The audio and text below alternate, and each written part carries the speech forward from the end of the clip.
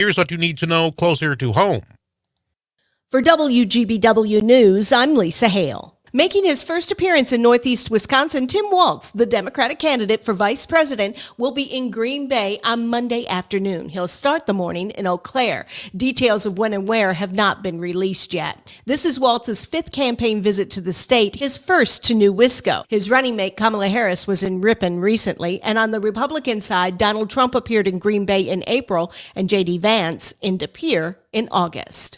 Green Bay real estate agent Mike Pritzel is getting out of his comfort zone for the next couple of weeks as he makes his first out-of-state deployment as a disaster relief volunteer for the American Red Cross. Yeah, I know it's not going to be easy. I understand it's not easy emotionally, physically, and you're away from your family, but sometimes we just have to do stuff. Pritzel says he has the luxury of time to donate to help. Hurricane Milton hit Florida's coast Wednesday night and has killed at least 16 people. And that's what you need to know. I'm Lisa Hale, WGBW News.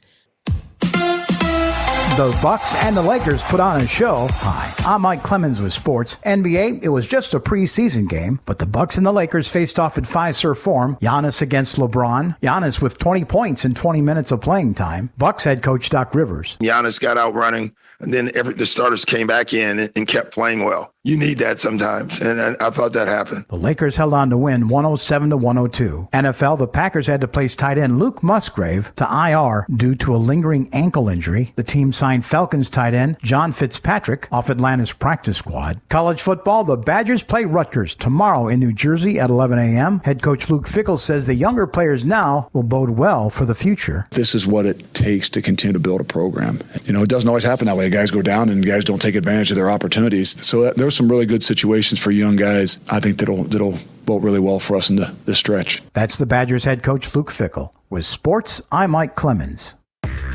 This is your hometown radio, Refreshed, keeping you informed, entertained, and connected locally across the Civic Media Network. I'm meteorologist Mace Michaels. Mostly clear tonight, a low in the mid-40s. For tomorrow, we'll look for a mixture of sunshine and clouds, a high in the low 60s. Clouds around for Sunday, showers likely and breezy. Cooler with highs in the mid-50s. Some frosty mornings to start next week. Right now, it's 78 degrees. When it comes to accurate, reliable election information for Wisconsin voters, visit the official site. It's myvote.wi.gov. It's the big cheese, you could say. It's your one-stop source for official Wisconsin election information. Find your polling place, see your sample ballot, make sure your registration is up to date, and more at myvote.wi.gov. Sponsored by Wisconsin Elections Commission, aired by Wisconsin Broadcasters Association and this station. The Todd Alba Show. This narrative that the immigrants are coming to get you, that's fiction. Look at criminal charges in your community and look how many of those people who have been there for years, if not decades, and how many of those people are new immigrants, and even a smaller percentage of how many are undocumented immigrants. It's not happening. It would be like going to places and say, well, you know what? I'm running for Congress to stop the zombies. The Todd Alba Show. Weekdays noon till 2 on your local Civic Media radio station and on the app. Todd Alba. Hey, everybody, join us next time as we will review the weekend happenings and look ahead as we count down towards election 2024. Be here. The Todd Alba.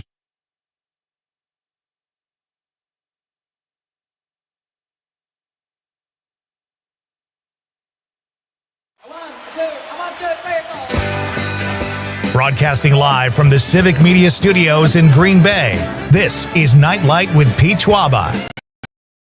Your inside source on everything entertainment from Wisconsin to Hollywood. Whatever gets you through the night, it's all right. And now, a guy who considers a silver medal a participation award, Pete Schwaba.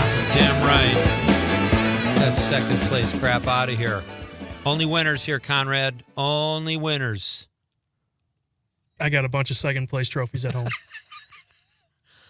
Well, you're still kind of a winner. You beat all the other people. Welcome to Nite Lite. I'm Pete Schwaba, your host. Great to have you with me on this Friday night. We are barreling towards the weekend here with a Friday night show. It is a Freaky Friday, at least up until Halloween. Every Friday here at Nite Lite is a Freaky Friday, and a Barr Band Friday night, which is continuous. Barr Band outlives the Halloween season every Friday night. is a Terry Barr Band Friday night here at Night Light. But we have some scary stuff coming up here tonight. As I mentioned, Freaky Friday, our little featurette we do, pardon me, leading up until the Halloween holiday. Every Friday night at 6:35, we talk the unknown, the outer range, the paranormal, ghosts, vampires, whatever it is to freak ourselves out. Luckily, it's still light out, so we won't get that scared. But that's what tonight is all about. The scares, the freaks, and the new music from Terry Barr. So wherever you're joining us from in this great state of ours, it is great to have you with me tonight. I'm hoping we can have a great conversation throughout the show about the things we're talking about and anything that you feel like texting in. It's going to be a fun night. My guests tonight from the Wausau, I almost said Oshkosh, the Wausau Paranormal, wait a minute, I got to get this right. The Paranormal, I just had this. Where did that go? The Wausau Paranormal Research Society, Bill Beaudry and Sean Blaschka will be here at 6:35. I hope I'm saying their names right. If I'm not, I'm sure they will correct me. We're going to talk to these guys about some of the work they do in Oshkosh when they investigate the paranormal. Like you, I don't fully believe in the paranormal or that ghosts are among us, but I'm not ruling it out. I'm open-minded, and I find it really fun and fascinating to talk about. So that's what we'll do at 6:35 with Sean and Bill. Have you come around at all, Conrad, on the paranormal since we've been discussing it from time to time on this show? No. You're still not a believer? No, I'm not a believer. Are you a believer? Well, yeah. Yeah. Obviously. He's concrete. I love Justin. Yeah. I don't know. I kind of remain open-minded, and I will be honest. When Todd is on the show, I love listening to what Todd Michael says about all the work he's done. I find it very interesting. I would need to see it for myself, but I also don't really want to see it for myself. I'm okay not knowing, but it's fun to talk about. And that's what we'll do on Freaky Friday here at 6:35. And as I mentioned earlier, Terry Barr, our friend from Max Inc. Radio, which you can catch from 6 p.m. to 12 midnight here Saturday nights on the network here at Civic Media. It's a 6-hour show she does with Jimmy and Rocker, and they do a phenomenal job. It's such a great show. Great discussion about music, great music. They do Live in the Lair from 9 to 10. Highly recommend it if you haven't checked it out. Terry will be here at 7:35 with some great new music, like always, and some great conversation. I saw this the other day, that someone bought the Poltergeist house. It's in Simi Valley, California, and he wants to turn it into an Airbnb. Now, that's weird, because you think, well, people, who would want to stay there? How would you know? Wouldn't you be freaked out? No, he wants people to know. That's his selling point. It's an Airbnb, and it's going to look just like the set on the movie Poltergeist. I don't know if you can get sucked into the TV, because now we have flat screen TVs. That would be a much taller order for the external forces in the other world to pull a young girl into the TV. But that's what he's doing. And you know what? I'm sure it will be successful. I know there are probably enough people out there that want to experience something like this, that want to stay in a house that's iconic and that they saw in the movies. I would do it. If it was an actual house where an actual poltergeist happened, no thanks. But they just shot a movie there. So I think I would do it. So that's our question tonight. In all the great horror movies we've had over the years, what house would you want to stay in? And what house would you want nothing to do with because it's just too scary? You got the Nightmare on Elm Street house, Halloween. How about the cabin from Friday the 13th? Lots of houses to choose from. So that's our question tonight.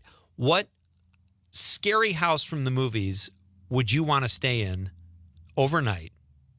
And you can answer it just the opposite too. Which one would you not want anything to do with? Because it would just be too scary.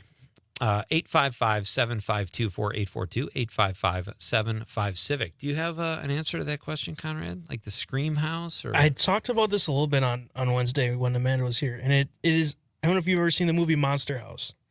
Yeah, I have not seen that, no. It's with Steve Buscemi. Buscemi. Oh yeah, however you say it. Love him. But basically the house is alive. How do you mean that? So these kids are across the street from this old house, and this guy who's up in he's like 70s. That's the character that Steve plays. Okay. And it basically is alive at night. So at night, you can see it make faces and stuff. And you go inside and it's alive. Like there's one part where there's actually a uvula in it. Oh, you told me this. What the heck is that? In the house? In the house. Yeah, like, and then they'd go down like the stomach or, you know, I would never want to stay in that one. But that was a movie? Yeah, But it's based on a real house? No, it's a cartoon. Oh, for God's sakes. Well, you can't stay in a cartoon house anyway. But that's for the sake of the argument, let's say you could. Okay. Yeah, because this movie scared me a lot when I was younger. Okay. The house scared the crap out of me every time I watched it. It's a nice Halloween movie if you're not into really scary stuff, you know? Yeah. Is the It House a thing? Stephen King? Yeah, I think it is. I think that's a famous house too. Like I said, I don't watch a ton of movies. I'll tell you this. Yeah. The one house I really wouldn't, I've talked about this before on the show. I saw this movie called Barbarian, and it's really creepy. And it's got a downstairs with a tunnel and this whole existence of a basement that people don't know about. And it's an Airbnb. And basically what has happened is this guy fathers children and they raise them down there. There's this woman that's lived down there for decades and this creepy guy that takes care of them. It was so odd and scary. That's one I probably would not want to stay in. So I just sent you the It House. Okay. And after looking at it again, yeah, I don't think I'd stay in it. Yeah, that's pretty creepy. The Psycho House, maybe? Norman Bates? I mean, that's on a studio lot, so I probably wouldn't be as scared because there's like studio security. But yeah, that's one I don't think. That's probably the creepiest house I've seen.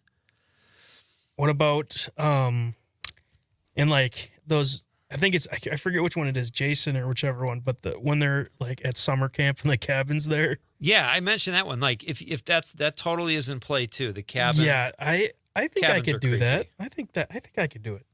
Really? Probably not. I find that scarier than like a house on a regular city block. Yeah, because there's nothing around you and yeah, just a forest around. Yeah, I don't know. I couldn't do it either. Let's not forget the Amityville Horror House. I saw that, and I have to say that didn't totally freak me out just because weird stuff was happening. I was pretty young when I saw that, but it was like the walls were bleeding, and that just doesn't do it for me. It's like, whatever. It's not even that scary, I don't think. What about the Haunted Mansion? In the Wisconsin Dells?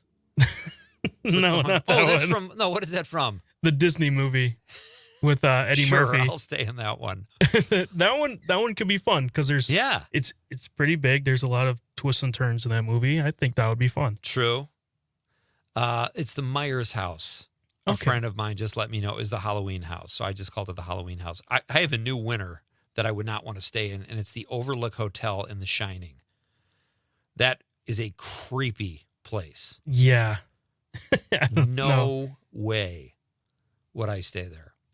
Got a couple birthdays. Let us know though. What's the house you're least likely to stay in that was in a scary movie that was featured? And what is the one you're most likely to stay in or you wouldn't mind staying in or even think would be kind of fun? Like Conrad just said, the Haunted Mansion.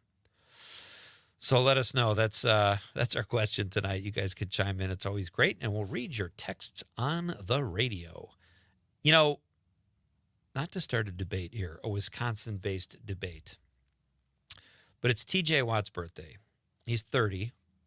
He just reached, I think, 100 sacks this past week. Who do you take, TJ or JJ? Oh, that's tough. I'd have to go TJ probably. I think I would too. But you're forgetting one brother. Well, you're forgetting Derek Watt, who's incredibly talented, but is not on the level of his brothers. Well, he's a great fullback. Yeah. in a league that rarely uses fullbacks. But no, look, they got the genes. I think I would have to go TJ, though. JJ's taller and probably blocked a few more passes, but watching TJ, he just has it down. Those moves, his hand speed, and what he does. I would take TJ. You know that Derek and TJ are on the same team? Yeah, Pittsburgh, right? Yep. Yep. I think that's really cool. It is to cool. see that. They do not get along at all, though. Totally kidding. They hate each other. I'm trying to start rumors here.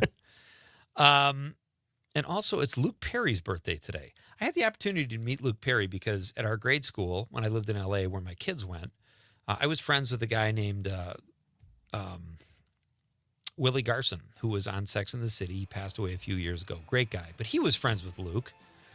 So by default, I was in a few conversations with Luke Perry. And I have to say, very nice guy and gone too soon, which is terrible. I think he was only like 50. But I can also say I don't think I ever really watched a Luke Perry movie. He was in Once Upon a Time in Hollywood, though, and he was very good in that. Small part, but good. And TJ or JJ, you can let us know that, too. Let us know, folks. Just be part of the show. Come on, join us. We're having fun here. 855-752-4842. I'll read your texts next, and we'll talk about Tony Shalhoub. This is Pete Schwaba and Nightlight on the Civic Media Radio Network. Turn out of here, the neighborhood, drama sound, and feel my heart begin to pound. So you're tired, just wanna close your eyes, follow your dream guide. And we made a promise, so we You're listening to the Talk of Green Bay, WGBW, home for the Todd Albaugh Show. Looking for a roundup of the day's important headlines in a quick podcast form? Search no more. Find it now at WGBW.FM. Your news just for the Green Bay area. I'm Lisa Hale with WGBW News.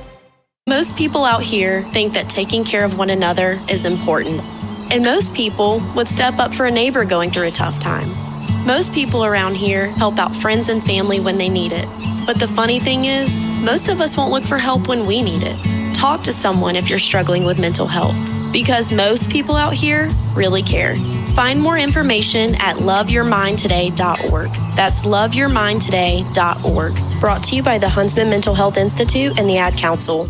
The Todd Albaugh Show. Will White Schoolhouse behind us, the birthplace of the Republican Party, Executive Director of the Ripon Area Chamber of Commerce, Mandy Kimes. Whether you love politics or you aren't even interested, there is something here because those ideals and values and lessons and courage can influence us today to be active citizens and to be willing to take a stand. And really, ordinary people in an ordinary place doing extraordinary things. The Todd Albaugh Show. Weekdays noon till 2 on your local Civic Media radio station and on the app. The Maggie Dawn Show. Bill Carroll, president of Teamsters Joint Council 389, based here in Milwaukee. They've endorsed Vice President Kamala Harris and Governor Tim Walz for president and vice president. Trump offers nothing to a regular working class person. Talking about not taxing tips and not taxing overtime. Well, you don't have to tax overtime if there is no more overtime. That's in his Project 2025. The Maggie Dawn Show. Weekdays from 2 till 4 on your local Civic Media radio station and on the Civic Media app. Fear you may be missing out? We're always streaming on TuneIn and the Civic Media app. Enjoy listening live or catch up by finding the podcast at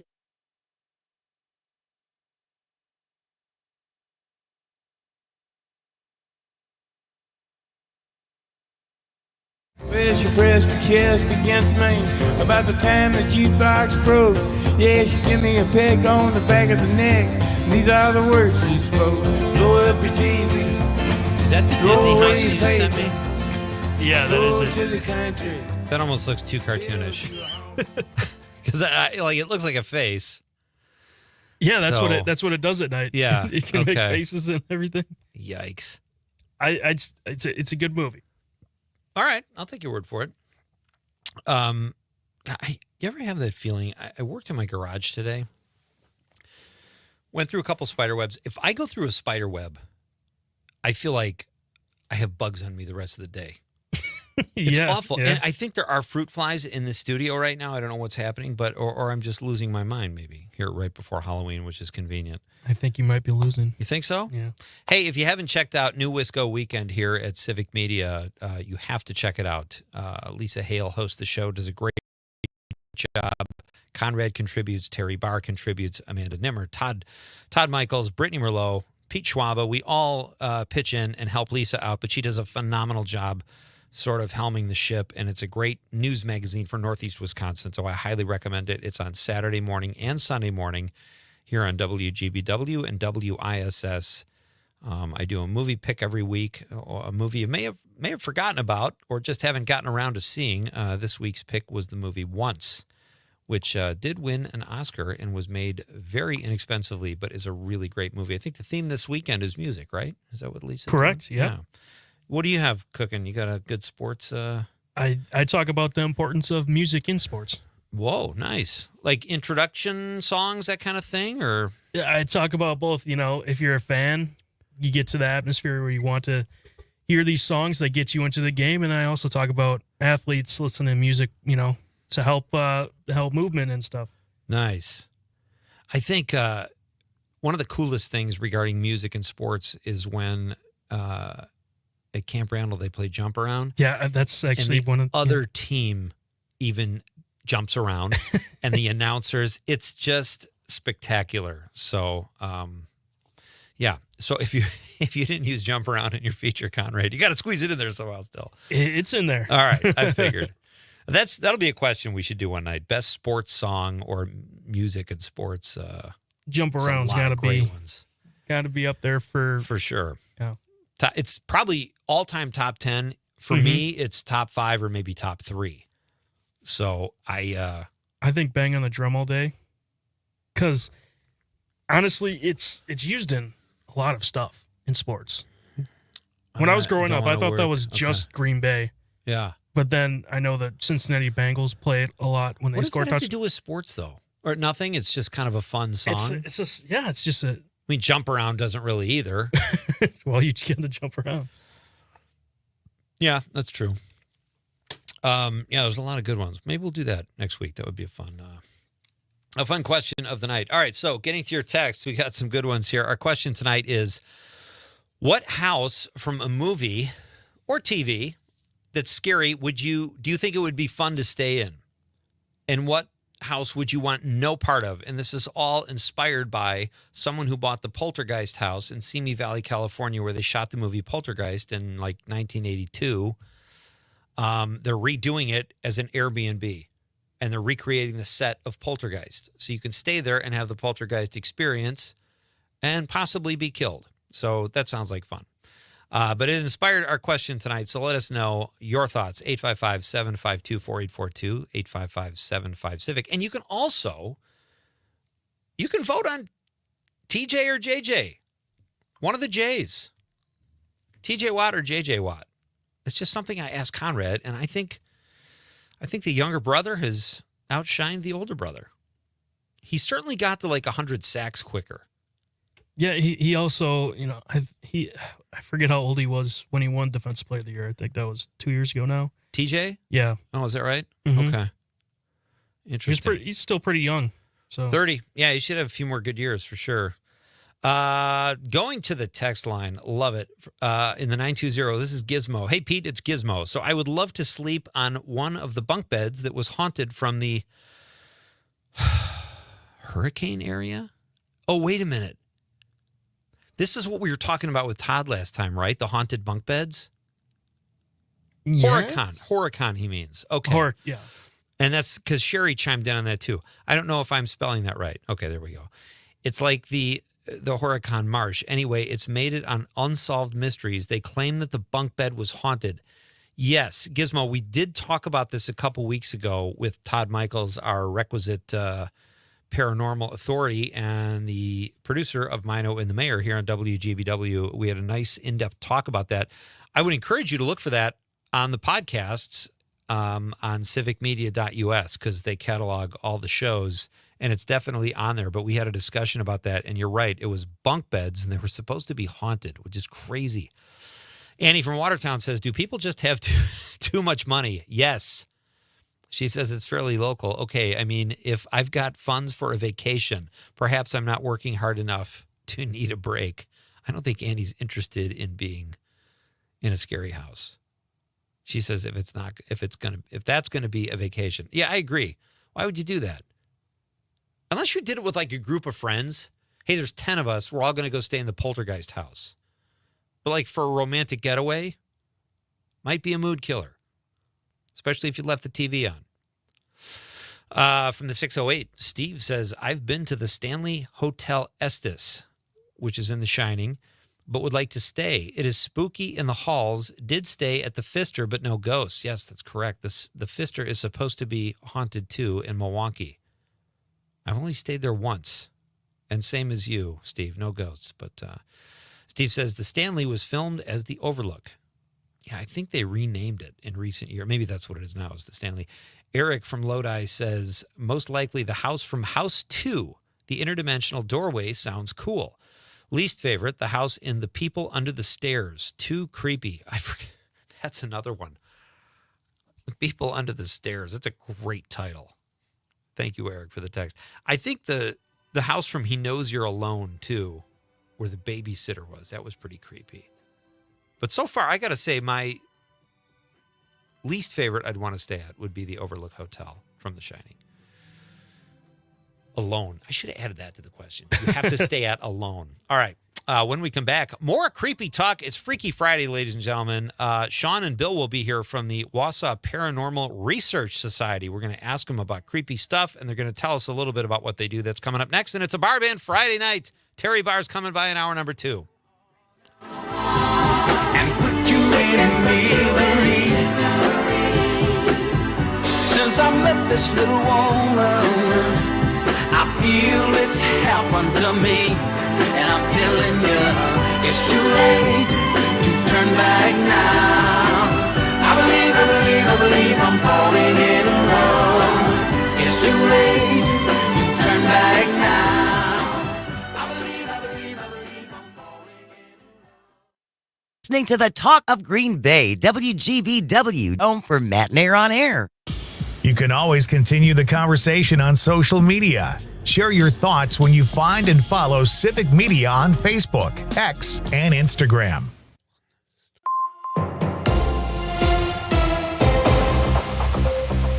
Civic Media News. I'm Terry Bell. Here's what Wisconsin needs to know. A teenage inmate of Wisconsin's prison for boys is pleading not guilty to 2 felonies in a counselor's death this summer. Donald Trump has claimed the Biden-Harris administration let more than 400,000 convicted criminals into the U.S. But is that true? Here's Tricia Young. In Prairie du Chien, Donald Trump claimed Kamala Harris let in over 425,000 convicted criminals. However, ICE says that figure covers non-citizens convicted of crimes over the past 40 years, both before and after entering the U.S. Most of these individuals entered before the Biden administration. Research shows undocumented immigrants are not more likely than native-born Americans to commit crimes. I'm Tricia Young for Wisconsin Watch. This is Civic Media News. Here's what you need to know closer to home. For WGBW News, I'm Lisa Hale. Visit the Vietnam Memorial without leaving the Fox Valley, or rather an 80% replica of the Vietnam Veterans Memorial. The Traveling Wall is at the Sunnyview Expo Center in Oshkosh through noon Sunday. While the Traveling Wall is free to visit, American Legion Squadron 70 is still fundraising to cover the cost of bringing it to New Wisco. Oshkosh Councilmember Jacob Floam wants better communication with residents and businesses about the revaluation of the city's property values, especially since this is the second revaluation required by the state. Hearsay moving around, there's a lot of people who may have some of the story, may not have all the story, may be a little bit confused about why we have to revalue again. I really would like to see that laid out very clearly to the public and all those questions being answered, because people are frankly not going to be happy. The Common Council will vote on a contract for revaluation services at a future meeting. And that's what you need to know. I'm Lisa Hale, WGBW News. On your entertainment beat, I'm Pete Schwaba. Guy Ritchie is attempting to line up some heavy hitters for his new project. The director of films like Snatch and Lock, Stock, and Two Smoking Barrels is in talks with Pierce Brosnan, Helen Mirren, and Tom Hardy to star in his new series for Paramount Plus, tentatively called Guy Ritchie's The Associate. Deadline.com reports that the hour-long drama will tell the story of two generations of gangsters in the UK. There is no release date yet set. Martin Scorsese is getting on in years and makes very long films. The 81-year-old director has been in this racket for 60 years and says he has no intention of slowing down. Deadline reports that Scorsese has put his project about Frank Sinatra on hold while he works on a movie about Jesus. The director says he was inspired to tell the story of Jesus after meeting the Pope at Vatican City last year. He says he is hoping God gives him strength to finish both films. For more showbiz fun, tune into Night Light with me, Pete Schwaba, weeknights from 6 to 8 p.m. on the Civic Media Radio Network. Have you ever Reserve your tickets today for Blues, Brews, and Barbecues. Go to fishonmarinette.com to learn more. I'm meteorologist Mace Michaels. Mostly clear tonight, a low in the mid-40s. For tomorrow, we'll look for a mixture of sunshine and clouds, a high in the low 60s. Clouds around for Sunday, showers likely and breezy. Cooler with highs in the mid-50s. Some frosty mornings to start next week. Currently at 75 degrees. Get your tickets today for the premier fall event, Blues, Brews, and Barbecues in Marinette, Wisconsin, featuring 6 elite barbecue chefs, award-winning craft beer, and 2 iconic blues musicians. Kicking off the night, Hall of Fame inductee Joe Moss, following Joe Toronzo Cannon, playing tunes from his current #1 album, Shut Up and Play. November 2nd at the Community Rec, Blues, Brews, and Barbecues. Go to fishonmarinette.com and click on the pig for more information. Supported by Travel Wisconsin. Matt Nair on air. The vice presidential debate. Mike from Kenosha is on the line. Isn't it the whole purpose of a debate to be on television for the public benefit? The narrative, questions, fact-checking, it's inconsistent at best. You're absolutely right, Mike. Mainstream media is bailing massively by trying to both sides everything and sane wash everything. Matt Nair on air. Weekdays 10 till noon on your local Civic Media radio station and on the app. On the next New Wisco weekend, it's our Music Day edition with a treat for your ears. I'm Lisa Hale. And I'm Terry Barr.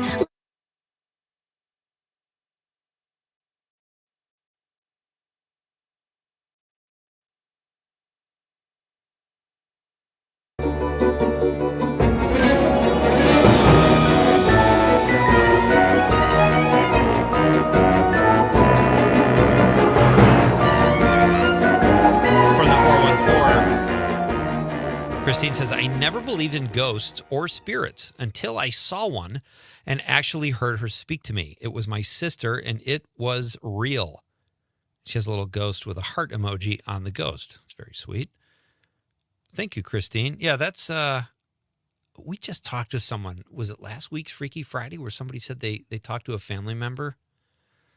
Maybe it was Sherry. Did Sherry from Horicon have some? Yeah, no, she did. That was a while ago though. Was she it? Did, yeah, she did. I think I can't remember who she said, but yeah, she did talk to someone. Yeah, that's great. Keep those texts coming, folks. The question tonight is: what house from a movie, a scary house, would you think it'd be fun to stay in, and what house would you want nothing to do with? Mine is the Overlook Hotel from The Shining. No thanks, or the Psycho House. But let us know what you think. We've had some good ones so far. 855-752-4842. Am I saying that right? Yeah. Or 855-75-CIVIC. Whatever's easiest. Let us know. Great to have you be part of the show. It's a Bar Band Friday night. Terry Barr will be here at 8:35 with some new music and some fun conversation. Terry's always fun. Terry's extra fun on a Friday night, I think, because it's the weekend. But right now, this is exciting. We have 2 gentlemen here from the Wausau Paranormal Research Society, Sean Blaschka and Bill Boudry. Sean, am I saying those names right? Boudry. Boudry, okay. Yep. And your last name? Blaschka. Blaschka, okay. I was saying that right. Great. Hey, welcome to Nightlight. It's great to have you here, buddy. Yeah, thanks for inviting me. Is Bill with us, or will he be joining us? He's trying to. His computer crashed on him when he was signing in, so I don't know if he's going to have a Well, be able to get on. if he has issues too long, maybe we could patch him in on the phone, Conrad. Do you think? Okay, have him call if he has too much trouble. No rush, but if he wants to call, that's fine too. Okay. Or we could give him a call. So just let us know what works for you guys. But either way, it is great to have you here and nice to meet you. So I don't even know where to start because I find what you do pretty fascinating. So tell us a little bit about the Wausau Paranormal Research Society, Sean, and what you guys do there. Well, first of all, our group was formed in 2000, and we provide paranormal advice as well as paranormal investigations to anybody that requests it through our website or through Facebook. We don't get rid of ghosts.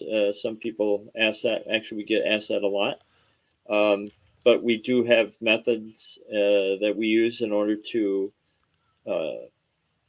try to calm things down in a home or a business.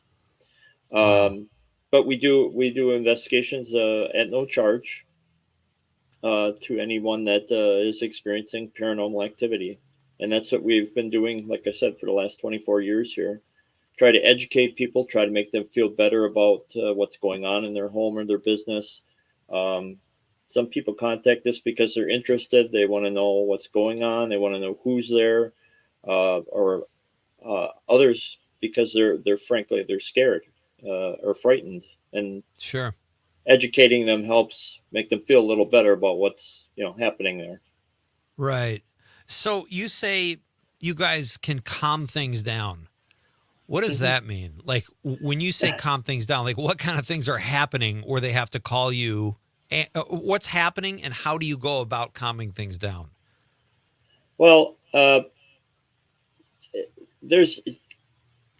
think usually what we try to do is you got to think of it this way. Whatever is in your home or your business, it's probably trying to communicate with you in some way for some reason, correct?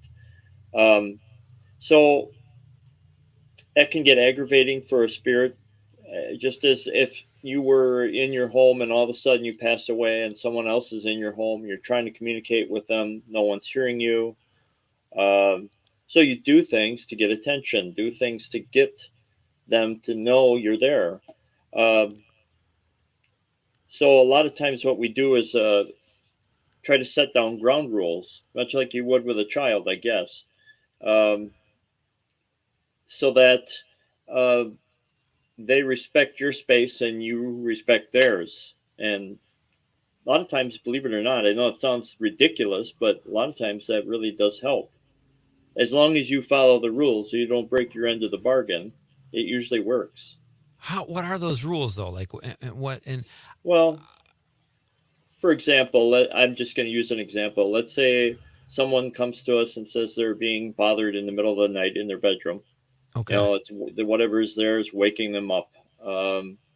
Maybe touching their feet or making noises or footsteps, whatever it may be. Did you say touching their feet? Yeah. Oh, that's so horrifying. Yeah.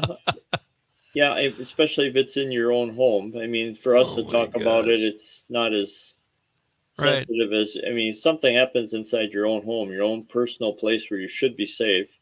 Yeah, it definitely is scary. But say that's happening and you sit down, we talk out loud to whatever's there and say, okay, the owner doesn't mind you being here. They don't have a problem with that. They don't like him coming or you coming in their room at night. At nighttime, it's their area. They're sleeping. Please don't do that. Just kind of lay down some rules. And sure, honest to God, 80% of the time that works. And the only way you know it works is that the people that had you come over and perform this intervention, so to speak, tell you that it hasn't happened again. Is that how that works? No. Yeah, because a lot of times we'll go back and check in on them after an initial investigation and give them our results, but then we follow up to see if things have improved for them. Wow. So, yeah, go ahead. No, that's all right. I was just going to say, how often do you do this? Well, you get busy times and slow times. I guess if I had to say, we probably have a case a month, roughly. Oh, okay. It's not as many as you might think, but sometimes we've had more than that. It just kind of comes and goes. The activity as far as how heavy of a load we have or not. So when these what do you call them? Spirits, ghosts? How do you refer to someone on the other side, so to speak, or someone who is staying around? I guess I refer to him as a spirit. Okay. Yeah. And not to turn this into like a religious or some type of even deeper conversation, but when they're still here, are they trapped between worlds, in your opinion, or are they waiting to go to the other side, so to speak? What's your take on that? And I don't expect you to have all the answers, but what's your opinion on that, I guess? Yeah, and again, I have my opinion. No one really knows for sure. Right. Obviously, you'd have to die in order to know the answers. But my opinion is yes. I think there are a lot of reasons the spirit stays behind. Unfinished business. Maybe you died suddenly or tragically in some way. I mean, it was very fast, and you may be confused. You may not even understand what happened. Okay. You might have a message you want to give someone. Those are some of the main ones I can think of that I think comes to play. But I think a lot of it is confusion. Interesting. Not realizing they've passed and not sure what's happening and why they can't communicate with anyone. So on your website, you have several people. It's not just you and Bill, so to speak. Do all these people do the same things that you do, or are they just people who are interested in finding out more or telling stories like this? What does everybody do there? It seems like you got like 10 or 12 people. Yeah, we have actually about 9 people in our group right now. And, it changes. It goes up and down over the years. People come, people go, life changes and stuff. We all have day jobs. We all have a regular job.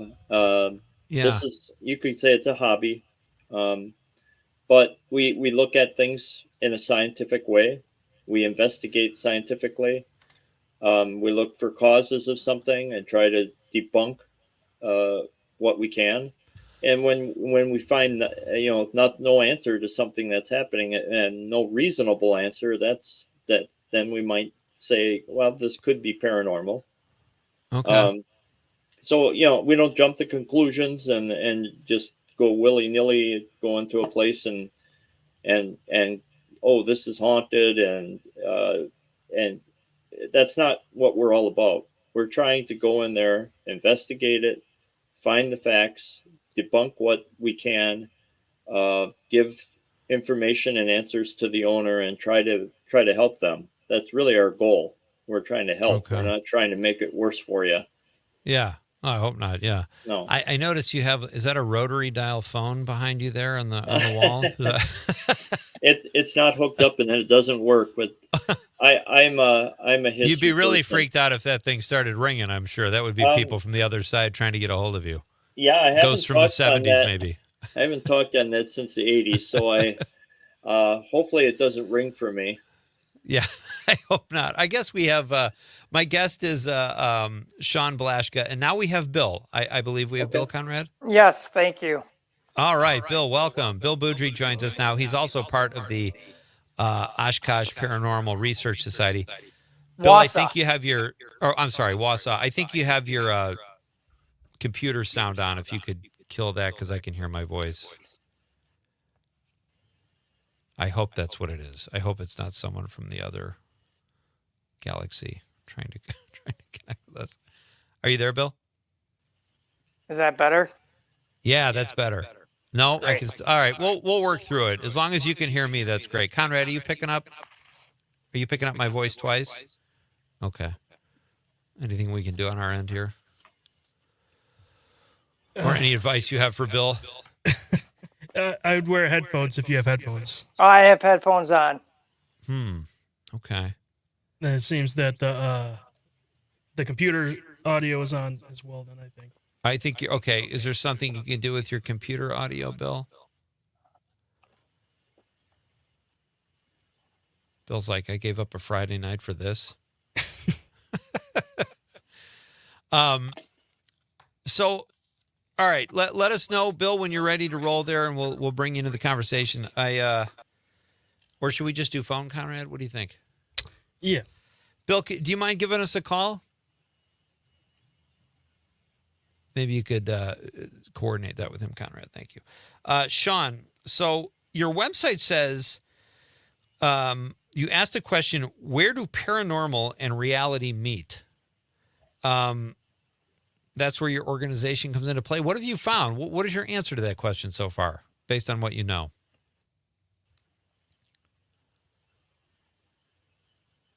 Can Sean hear me? I think.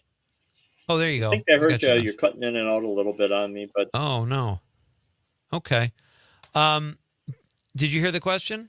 You asked about where paranormal and reality meet. Yeah, I saw that on your website, and I was just wondering, how do you answer that?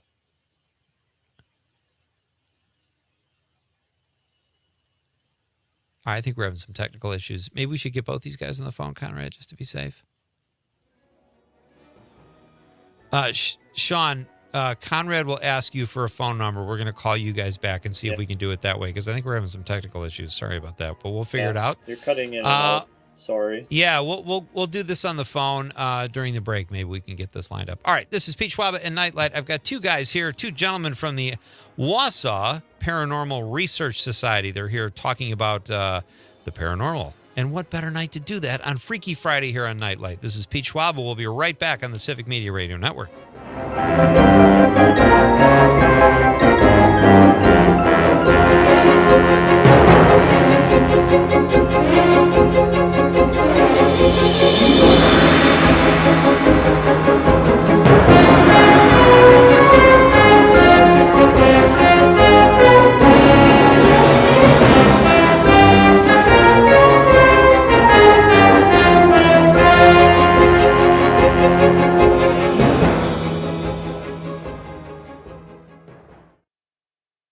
You're listening to the Talk of Green Bay, WGBW.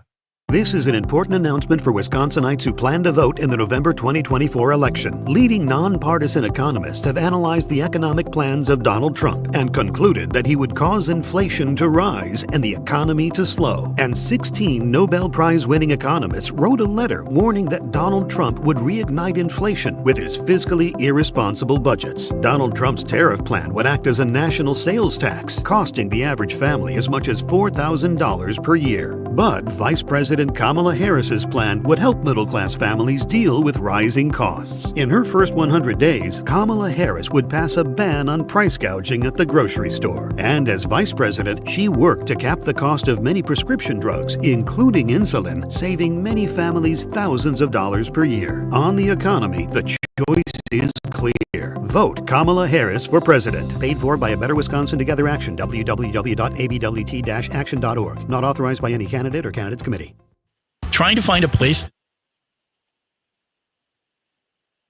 Vacation Rentals Made Simple. Our dedicated team of local experts have a passion for hospitality, creating seamless guest experiences for guests. Experience the NFL Draft in a vacation home instead of a hotel room. With seamless check-in and check-out procedures and round-the-clock dedicated support, you'll enjoy the convenience of instant online booking at simpleliferentals.com, guaranteeing you a stress-free start to your vacation. simpleliferentals.com. Looking for a roundup of the day's important headlines in a quick podcast form? Search no more. Find it now at WGBW.FM. Your news just for the Green Bay area. I'm Lisa Hale with WGBW News.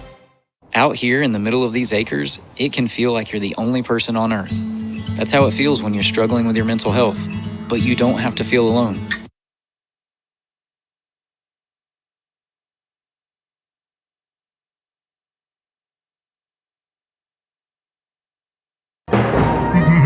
Welcome to another Freaky Friday on Night Light with Pete Schwaba. Welcome back. That is the voice of Todd Michaels, the producer of the Mino and the Mayor Morning Show, and our the voice of the network. Those are some great pipes, and that, I don't know, that chilled me. Sean, did that freak you out? I don't think Sean can hear me still. Bill, are you there? I am here. I'm having right. a little bit of technical difficulties tonight, but that's okay. Usually we don't have this type of equipment failure unless we're on investigations. Yeah, no problem. Can you hear me okay now?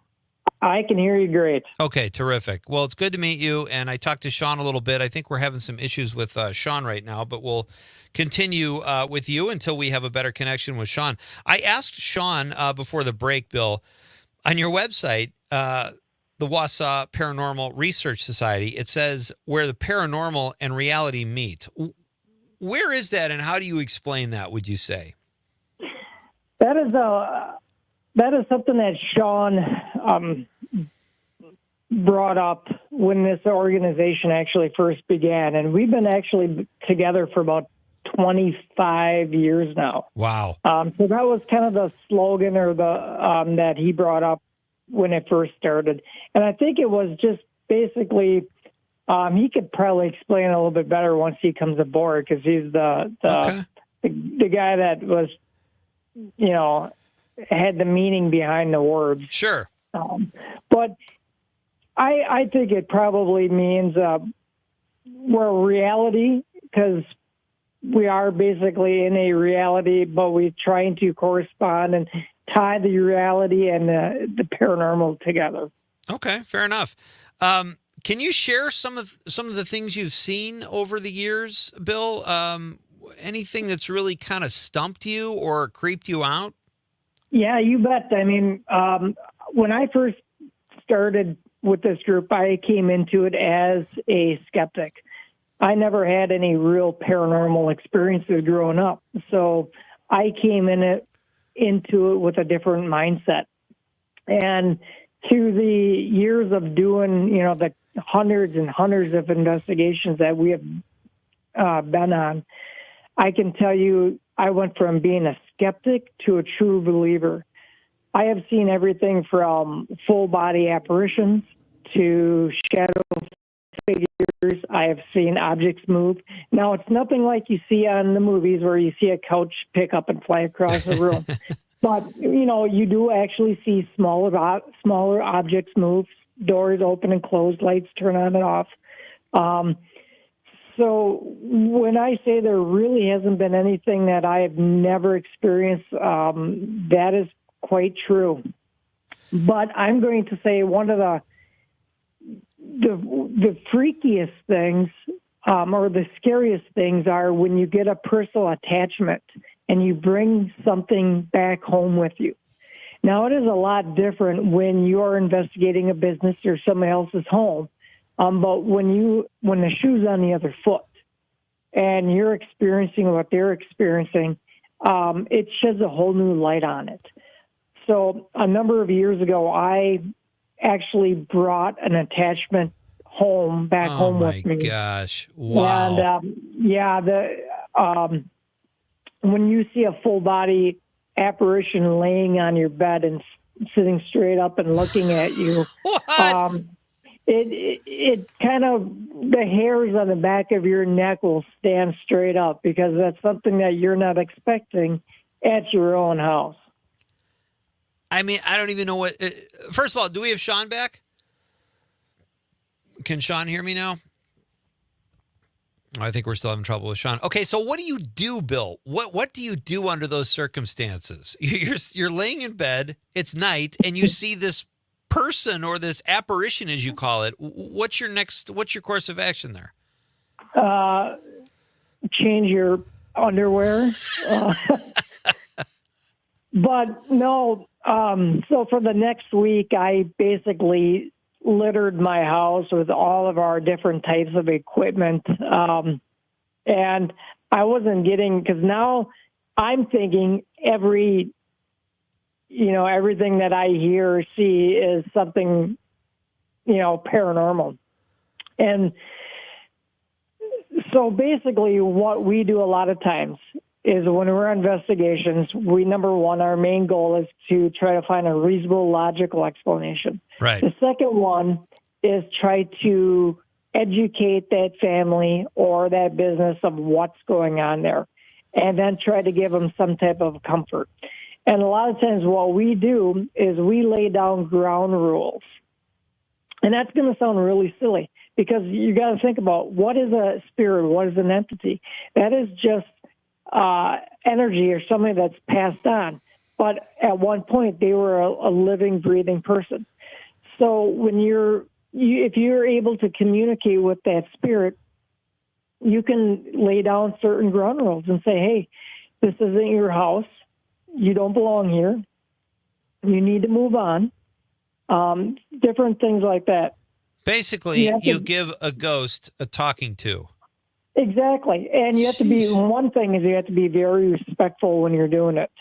But you also got to be firm. Kind of like when you're dealing with a child. So I did that.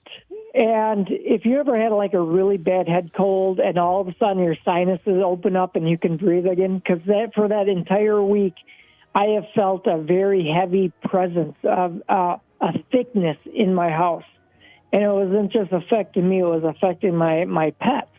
And as soon as I laid down them ground rules, the air just, it was like you couldn't breathe again. That heaviness went away. And I never experienced any more after that. That's great. Bill, let's pick it up right there when we come back. We got to do a quick news break, and then we'll come back. Hopefully we'll get Sean back too. But Civic Media award-winning news is coming up, and then we'll have a little more paranormal talk with Bill Boudry and hopefully Sean Blaschka. This is Pete Schwaba and Nite Lite on the Civic Media Radio Network.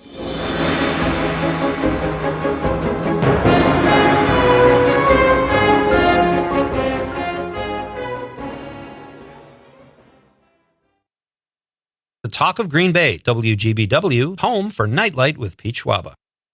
Dom Salvia. Next time, Nick Ramos, Executive Director of the Wisconsin Democracy Campaign, will talk about Christian nationalism's unholy war on democracy, plus an update on Wausau Mayor Doug Denny. The Dom Salvia Show, weekdays 4 till 6. Covering all the news that affects you with humor and a unique perspective. Matinaire on Air with Jane Matinaire. Weekdays 10 till noon on the Talk of Green Bay, 97.9 FM and 1590 AM WGBW, and on the Civic Media app. You are never far away from your favorite radio station. We're always streaming on TuneIn and the Civic Media app. And if you missed your favorite show or game, listen to a podcast of it anytime on the app or our website, civicmedia.us.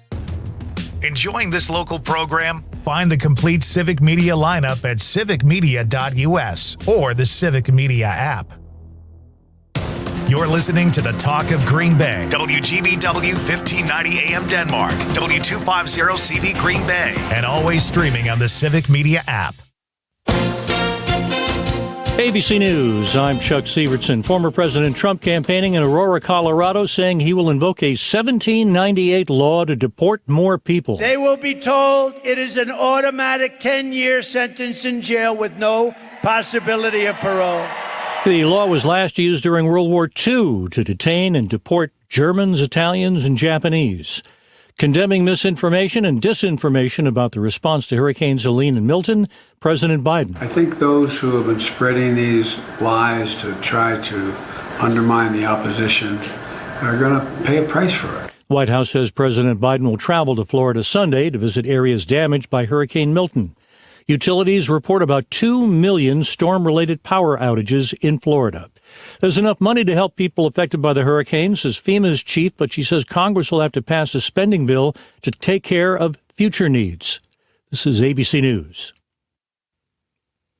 New York City officials on the hunt for a bassoon bandit who stole a performer's prized possession, This is the sound of Sarah Schoenbeck, whose performances the New York Times have described as galvanizing and riveting. Now, however, she's been silenced since her bassoon has been stolen. It was my coworker, my partner, my family member. She's dropping off donated instruments at the Brooklyn Conservancy of Music, but left her own $40,000 instrument in her car. Normally, I would lock the door. I was talking to somebody. I had my hands full, and it was going to be a minute. Surveillance video shows a man walking across the street with the bassoon in its case, but no arrests have been made. Sherry Preston, ABC News, New York. Fisher-Price announcing a recall of 2 million Snugga infant swings due to suffocation risks that have left 5 infant deaths over the past 10 years. The Consumer Product Safety Commission saying the deaths all involved babies who were unrestrained and in sleeping positions. Chuck Sievertson, ABC News. Hey there, this is Carrie Joy, and I'm going to use a quote to kick off today's Work Money Minute. Comparison is the thief of joy. That fancy quote comes from everybody's favorite 26th president, Theodore Roosevelt. It calls out one of the most common problems that you and me and everybody we know sometimes has about their money. It is envy. You know, whether it's something you see in real life or something you see as you're scrolling on Facebook or Instagram, envy is really hard to turn off. And you know how when you feel it just makes everything else around you seem yuckier? Well, here's what I do. A, I give myself a break. It's normal and human to feel envy. B, I say, Carrie Joy, don't believe the hype. You know real life is more complicated than what you're looking at. And C, I stop scrolling for a little bit. Till next time, this is Carrie Joy saying, take good care. I'm Lisa Hale with WGBW News. Your news in depth. Find it in the news section at WGBW.fm.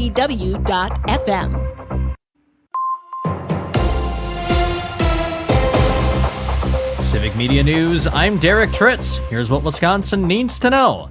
Foxconn is expanding, but in Mexico, not Wisconsin. Stuart J. Waddles reports. The company has announced plans to expand its Guadalajara factory, aiming to create a massive chip manufacturing operation.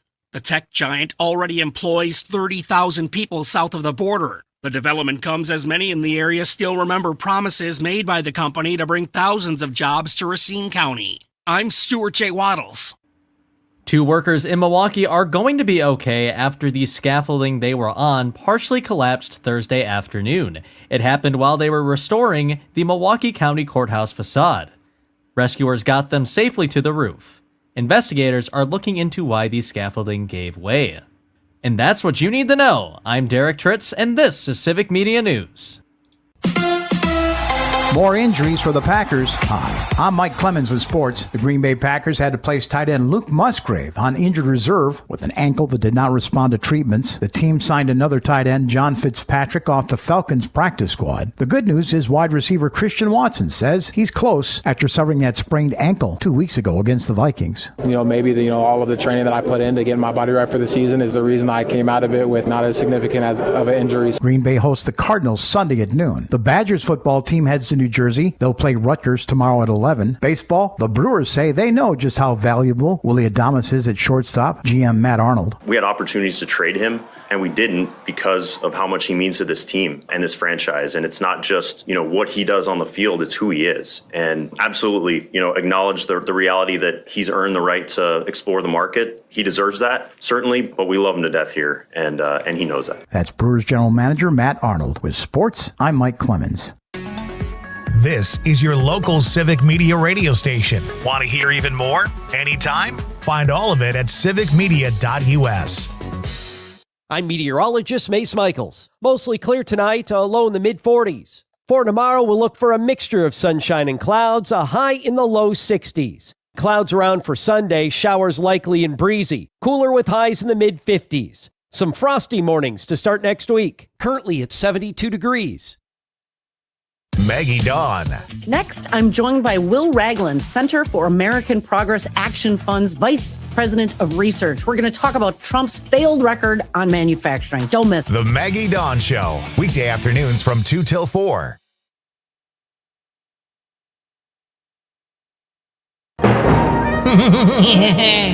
Welcome to another Freaky Friday on Night Light with Pete Schwaba. Welcome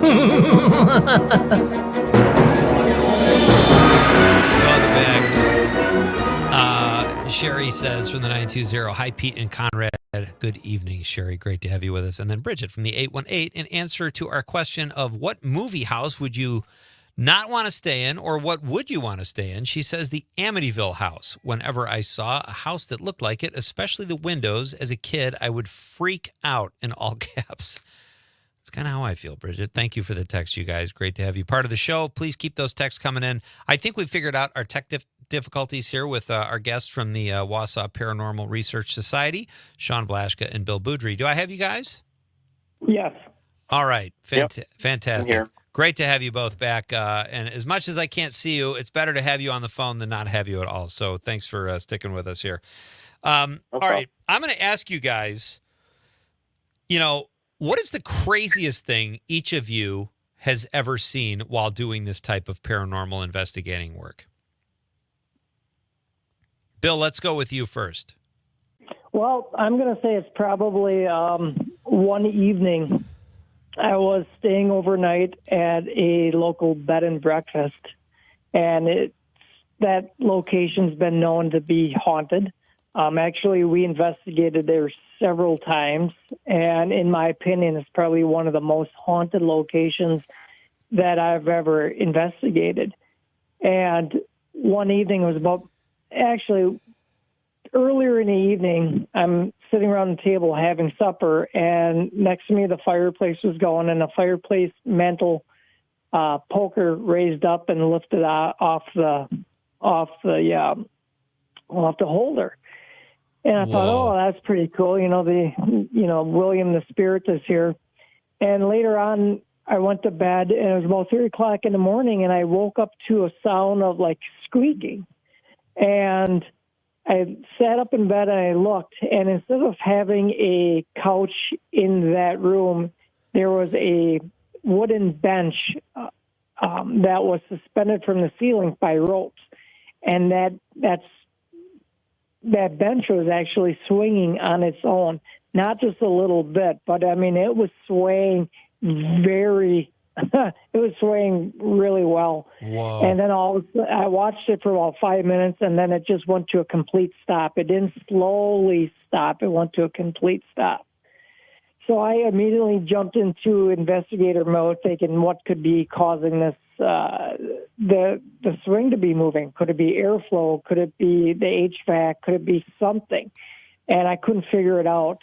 I sat down on the swing myself, and I was trying to swing it back and forth, and just my weight alone wasn't enough to put the tension enough on the ropes that suspended from the ceilings to make them ropes creak.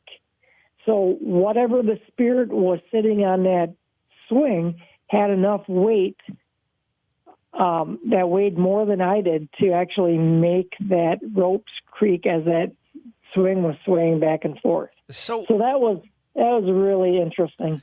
So I didn't even know there was a weight. I mean, you assume there's some type of weight to a spirit, but that makes it even creepier, kind of, if there's enough. Well, you got to think, when you hear the footsteps going across floors, there must be some type of weight to it to make the floorboards creak and stomping and stuff. So its energy's got some type of mass, some type of weight to it. Sure.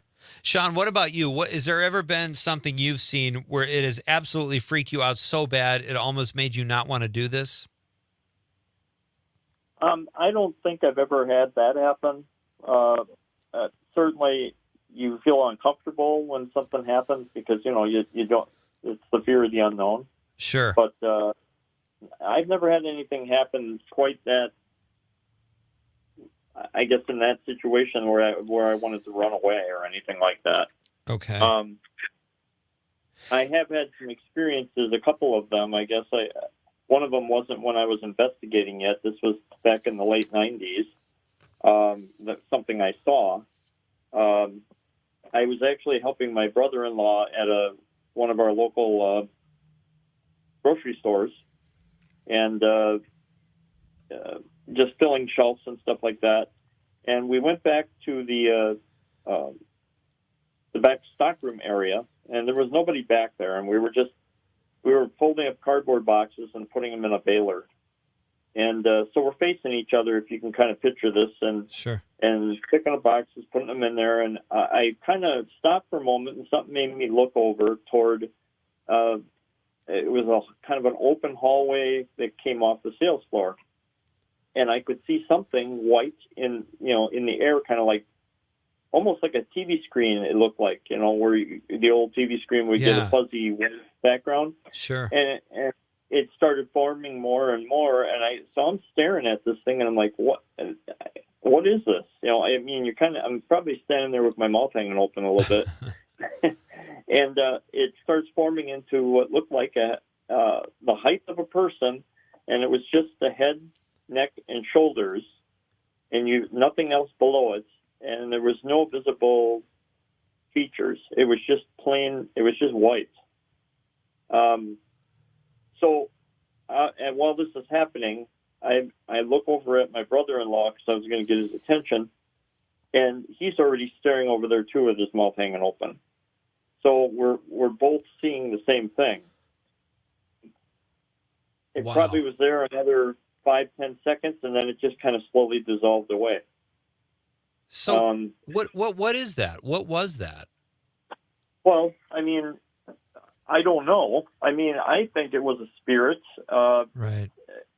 But because, at the time when this happened in the late 90s, it was a few years later, I wrote a story and put it on our website about what happened to me there. And I went ahead and I got some emails back from people, and lo and behold, there was a person that answered me back, and they said, you think it's my uncle? And I'm like, well, who knows? It's hard to say. And their story was that he had been working in that store about 2 years earlier. He worked for the grocery store, and he had a heart attack in that same exact area in that stockroom and died. Wow. So unbeknownst to me, I mean, I didn't know that. Could it be him? Yeah, it could have been, I guess. But, as far as proving it, that'd be pretty hard to do. Jeez. Very, very, very, I can still see it clear in my mind, and it was very, very unusual, to say the least. My guests are Sean Blaschka and Bill Boudry from the Wausau Paranormal Research Society. They are nice enough to spend their time with us here on a Friday night, on a freaky Friday night here at Nite Lite. Sean, Bill was talking about something before the last break about how an apparition kind of attaches itself to you, or a spirit, I should say, and then becomes an apparition. What has that ever happened to you? I think that would be enough to say, I want no part of this anymore, but that's just me. Well, yeah, I mean, that's certainly a concern of all our group members, and it's something we instruct them on when they become a group member. What we advise is people either say, before an investigation, say a prayer or do something ritualistically, to provide safety to them so that something doesn't come back with you. We also, as a group, usually make it known out loud, that, hey, you're not allowed to follow us back. You must stay here, and whether these things work or not, I don't know. But some people wear a cross, some people wear maybe something that they feel protects them in some way. So before, Bill said, you have to be firm, you have to lay down ground rules for a spirit, and you don't want to make it mad. What happens if it's mad? What could a spirit do to you, realistically, in your opinions, you guys? Let's go to Bill, or let's go to Sean on this one. Well, I mean, I've never had, in all the years I've been doing this, I've never had anything attack me or hurt me. I've read a lot about other cases, over the years, and most of the time, any injury that occurs on a case is due to your maybe being scared and fumbling and falling down and hurting yourself that way. Okay. what could it do to you? I don't know. I mean, I was on a case of our old Rogers Theater in Wausau years ago, and I was doing EVP in the basement, and I'm just bringing this up because in that case, when I listened to the EVP later, it made a statement that was kind of threatening. What is EVP, real quick, Sean? What does that stand for? EVP stands for electronic voice phenomena. Okay. It's just a fancy name for, what we do is you use a regular recorder, any type of recorder. Okay. And you go to a purported haunted location, you ask questions, leave long pauses in between for any replies or answers back. And when you listen back to that footage, you amplify, usually use headphones, and sometimes you have responses. Wow. Yet you did not hear. That's the thing with EVP. You're not going to hear it with your own ears while you're recording. If you hear it answer you while you're recording, that's something different. That would be more like a disembodied voice. That just sounds creepy, a disembodied voice. Yeah. Okay, so Bill said before he had this apparition. He was in bed, and there was an apparition, full body, next to him. And, Bill, you made the joke that you had to change your underwear, and I assumed you meant not because it was a sexy apparition and you wanted to to woo them. But what is that? I don't know. I don't even know. That just blows my mind. Like, what is the spirit trying to say, do you think? Was it a woman? Was it a man? Was it someone whose bedroom that was? No, I think it's just something that I picked up on a different investigation. Okay. Or, there's so many different theories out there. Can spirits actually, is it a time traveler? Could it be something that's there and not? Did I bring it back? Nobody really knows.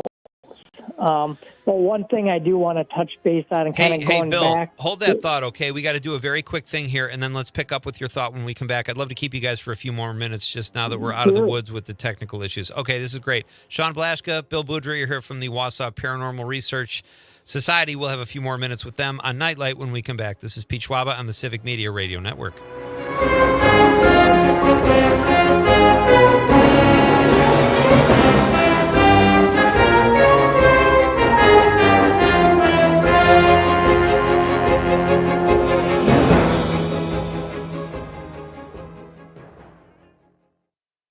To the Talk of Green Bay, WGBW, home of Mino and the Mayor.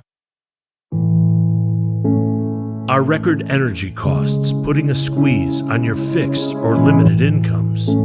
With limited incomes not keeping up with the lingering effects of inflation, you might be one of tens of thousands of Wisconsin residents who are struggling to survive in the blistering heat of summer or the bitter cold of winter. While you haven't asked for it, the Keep Wisconsin Warm Cool Fund and your local energy assistance providers are here to help.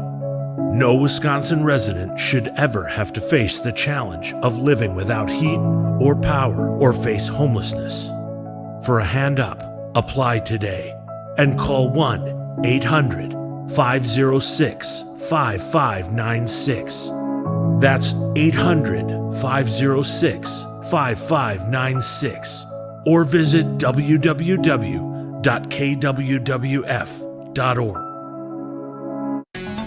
Hi, this is Jim Schmidt, your former mayor of Green Bay. You know, I've always cared about local issues. I still do. Join me on my new show, Lean Local, here on WGBW. I'll interview community leaders and elected officials, discuss the economy and development projects, and we'll talk about the future of education here in Greater Green Bay. As they say, all politics is local. So join me for Lean Local, Sunday at 1 p.m.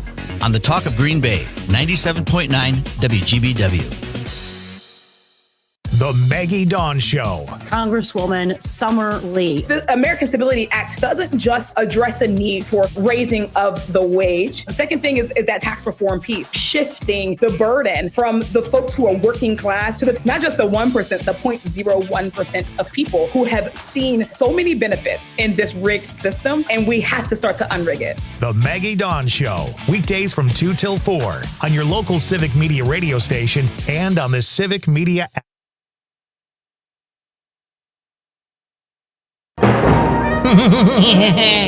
Welcome to another Freaky Friday, a Nightlight with Pete Schwaba.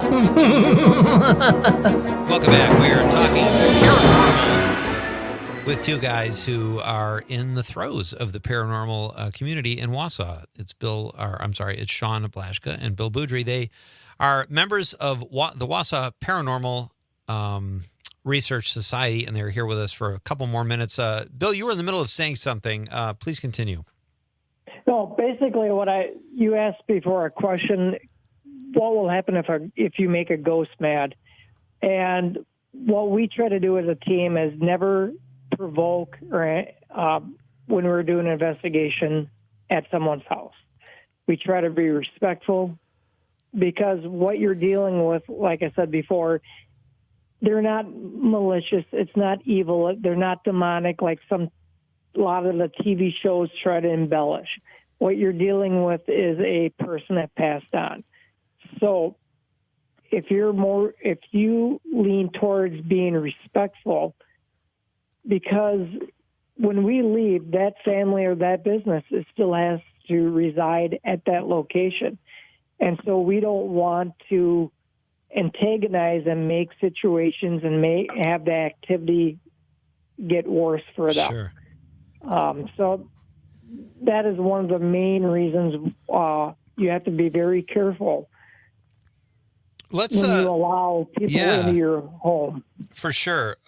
Sean, before you said you haven't seen anything that would make you not want to do this. You haven't seen anything that's completely freaked you out to the point where you're never doing this again. What would it take to do that? Does your imagination ever start going where you go, well, if I see that, I'm done?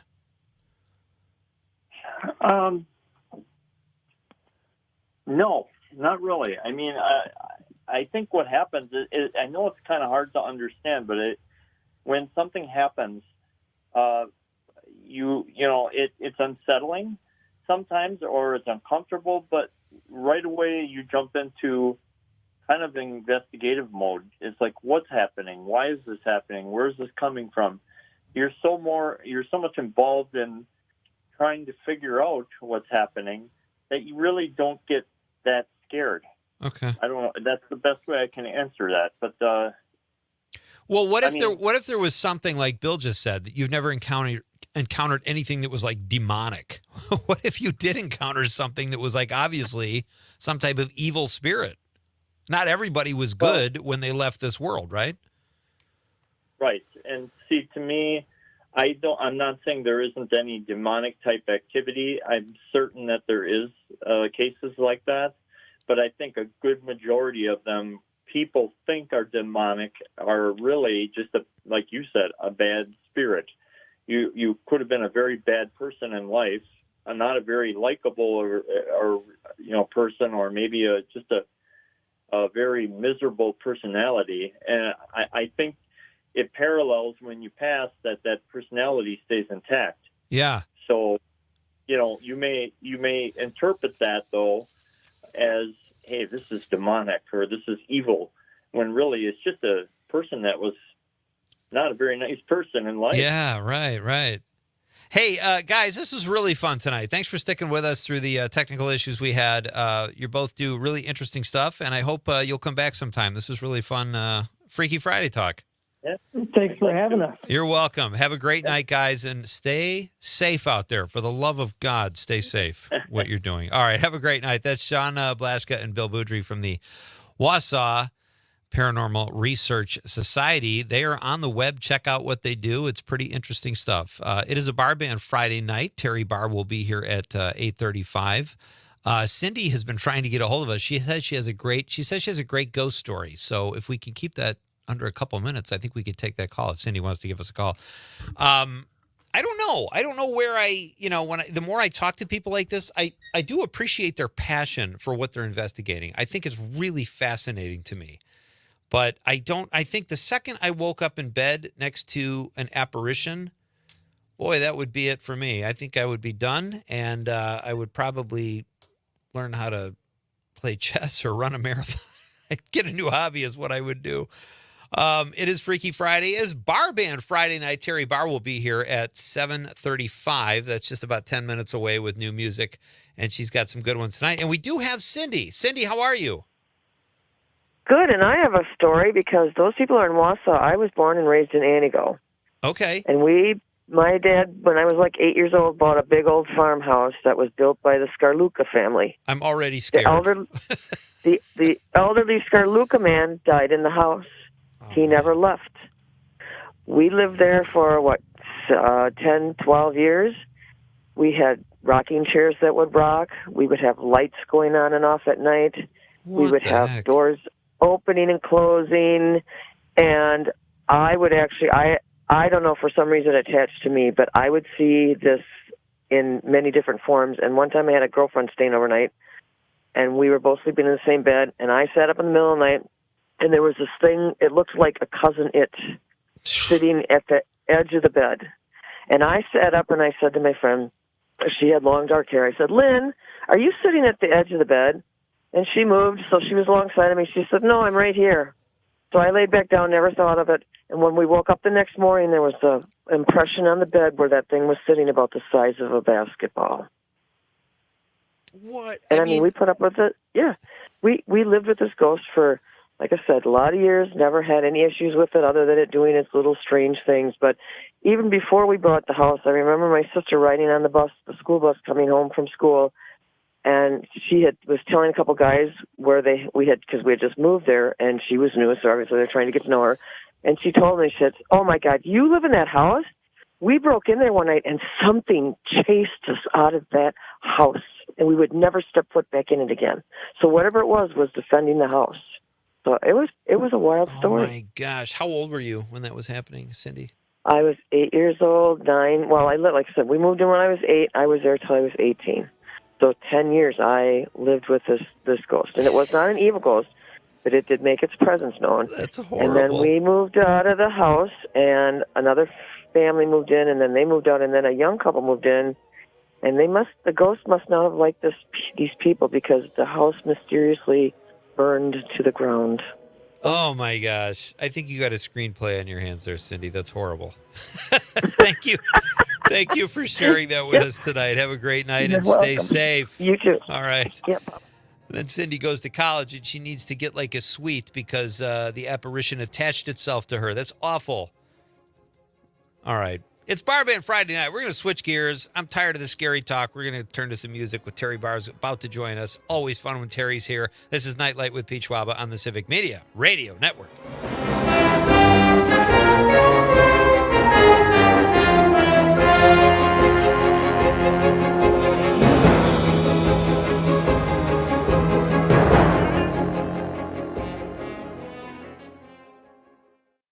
Listening to the Talk of Green Bay, WGBW, home for the Todd Allball Show.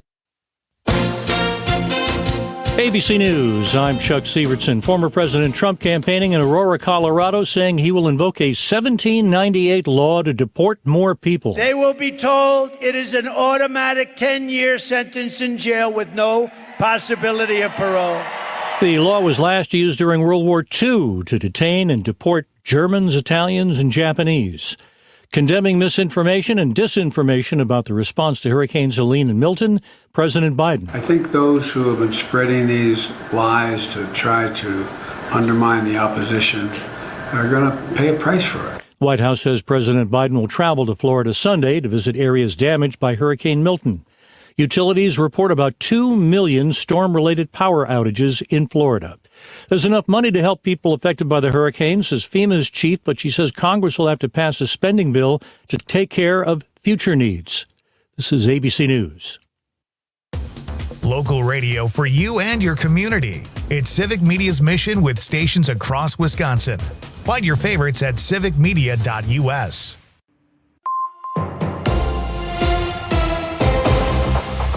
Civic Media News, I'm Derek Tritz. Here's what Wisconsin needs to know. Kamala Harris gets another endorsement from a high-profile Republican. Charlie Skies is one of Wisconsin's most influential conservative commentators. He says the U.S. Supreme Court immunity ruling would give Donald Trump dangerous power. Republican former Congresswoman Liz Cheney endorsed Harris in Wisconsin last week. People in Wisconsin are getting advice about how to donate to survivors of Hurricane Milton. Here's Terry Bell. Charities say they prefer cash over food or clothes. That's because nobody knows exactly what will be needed for some time. Only send those sorts of in-kind donations when they're requested specifically. Local branches of the United Way and the Red Cross are working directly in Milton's wake. You can also donate at civicmedia.us/help. I'm Terry Bell. And that's what you need to know. I'm Derek Tritz, and this is Civic Media News. For WGBW News, I'm Lisa Hale. 31-year-old Ron Rocha Mejia has pleaded not guilty to 4 counts, including first-degree sexual assault of a child and child enticement Thursday.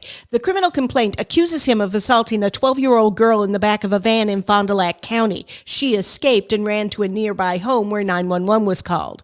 Rocha Mejia allegedly paid Elia Antonio for access to the child, who is her daughter. Antonio has pleaded not guilty to trafficking a child and other charges.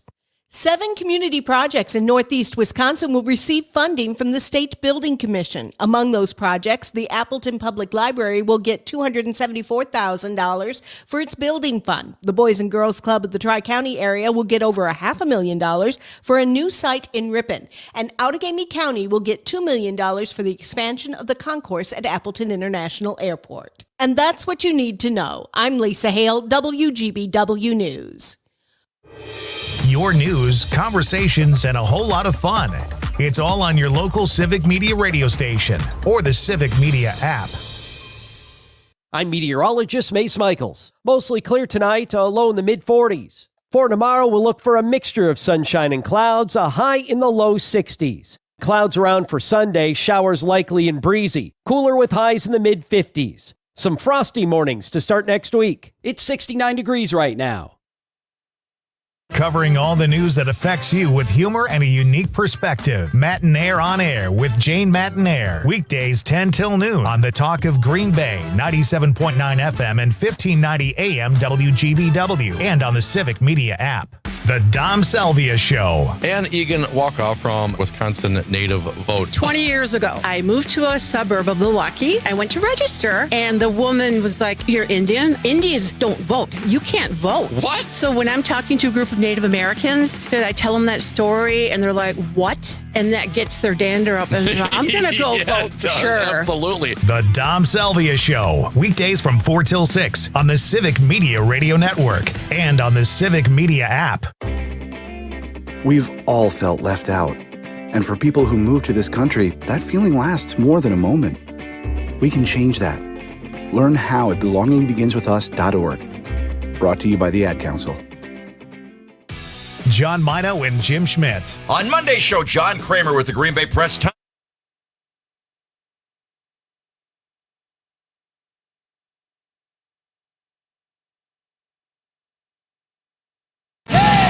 Time to check out original music with Barr Band Friday on Nite Lite. Now, your host, Pete Schwaba, and special guest, Terry Barr. That music can only mean one thing, that I still love the Bodines, and that Terry Barr is here. Terry, it's Barr Band Friday night, and it would not be a bar band without an actual bar such as yourself. So how are you tonight? That's a good one, Pete. I'm good. How are you and Conrad doing this fine evening? I can't speak for Conrad, but I'm doing very well. How are you doing, Conrad? I'm doing good. Okay. So we've established that. Conrad is good. If he says too much, that means he's not good because he's compensating. But when Conrad gives short answers, that means he's in a great mood. So that's awesome. Great to have you here. It's Friday. This is fantastic. This is such a fun way to close down the week. My first question for you, Terry, is have you done anything Halloweenish yet this year? Do you celebrate it? Do you get into it? I don't know if I have to because my neighbors are all over the top with it. Oh, boy. Yeah, huge skeletons, huge those blow up things that they blow up at night when the lights or the sun goes down. So you can hear those, and it's almost too much. So I don't really feel like I need to do anything. I will do trick or treating with the neighborhood kids, though. That's super fun. Yeah, that is. I love that. When I see little kids coming up to the house in their costumes, you can't beat that. To me, that is what Halloween is all about. That childish fun. I the creepy stuff and the people that go too far really kind of freak me out a little bit. I have neighbors too that do that too. They put up the huge decorations. It looks like they have like 10 grand worth of decorations. Oh yeah. And they're like empty nesters. So I've kind of come around on that. I think that's kind of cool that they keep that vibrant, youthful love of Halloween, even though the decorations are a bit ostentatious. Does that mean you guys don't decorate either? You don't have to because they're taking care of it for you? Yeah, sure. I think like in the past, I never wanted my kids to be crazy Halloween. They would dress up, we'd trick or treat, but we'd put like a fake pumpkin out, maybe one witch on a broom. That was about it. It was nothing crazy, but I've got nothing against people that do it. I think the enthusiasm for any holiday within reason is fun. Well, and oh boy, this is probably more than 10 years ago. My husband did 4 pumpkins, and each one had a different Kiss band member's face carved in. But he got so about it that he said, "Okay, that's it. I'm done." Wait, what did he get? Like, what do you mean, like carpal tunnel from trying to carve it, or what? Angst because he wanted them to be so good, but he was carving so intricate and pieces were falling off and he was getting so mad. And I just said, "Oh, brother." That's hilarious. Well, you got to appreciate his dedication to the absolutely to the holiday. This just gets more fun every week. You bring. Aww. I love that you're bringing a couple songs now because that's really fun, and we get 2 different styles typically, or at least that's how you've been doing this. So, tell us first about the Lords of the Trident, Lords of the Trident, and their song "Dance of Control." But tell us about the band first. Well, this is a fascinating story. Again, a bunch of guys that met years ago, and they have held this band together. And if you look at their early music, they've never been not good, but they continue to get better and better and better. They travel the country and play these big metal festivals. Okay. And here's what happened recently. There was a movie made called A Time to Die.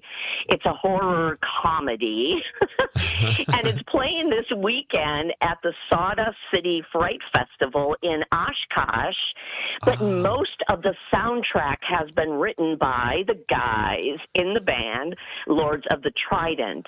And the song that you and I are going to listen to and share with everyone, Dance of Control, is one of those that got screams and applause when it was played during the movie when it premiered in Madison last year. Oh, so is that the thing you went to? Is that the premiere you went to that you had a small part in the movie? I had a little itty bitty part, yes.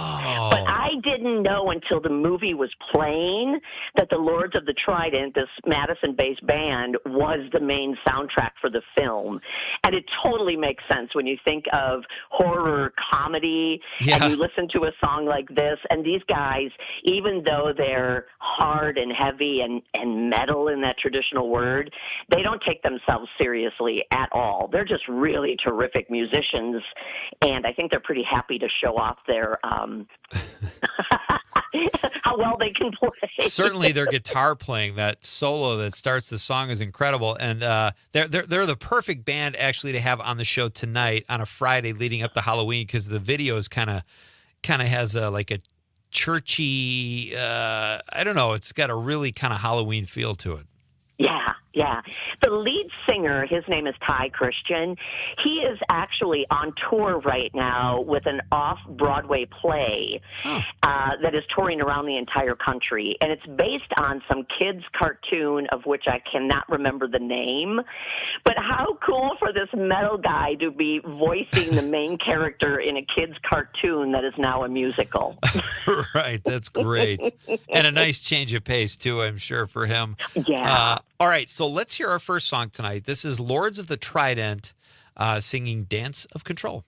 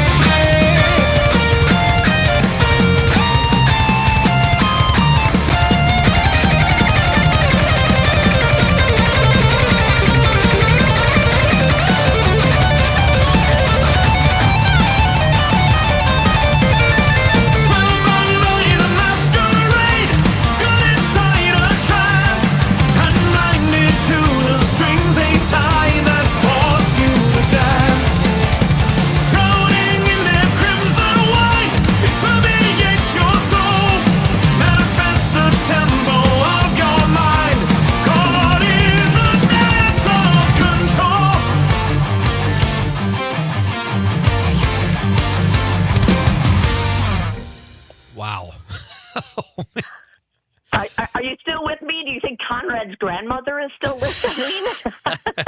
She's probably tapping her toe along with the music. I hope so. Man, those guys bring it. I got to be honest. I'm going to be very honest here. Sometimes guitar solos take me out of it. I'm listening to this great song, and it's so fun, and then they break into a 7-minute guitar solo, and it's all about the guitar solo. But in this song, but sometimes they just work. And in this song, that was great. It totally complements the lyrics, and it's phenomenal. Really fun song. And he's so good. And he had like 3 little solos throughout that entire song. But yeah, I agree with you. They fit in the right places. And if you see the song with the film that we were talking about, A Time to Die, it's perfect. And it wasn't written for the film. It just happened to be that the way they worked it out, Bob, the director-producer, wanted a local band to be the star as far as the music in the film, and this was perfection. That's so great. Now, are they on Max Inc. tomorrow night, or is the next artist? They are not. In fact, we do not have a brand new live in the Lair. Oh, okay. Rocker is out celebrating his anniversary, so the nice guy gave the rest of us the Lair off. We do have a show from 6 to 9 that it's live, but then the live Lair is not live. There's the secret. Well, you guys deserve a break too. That's fun.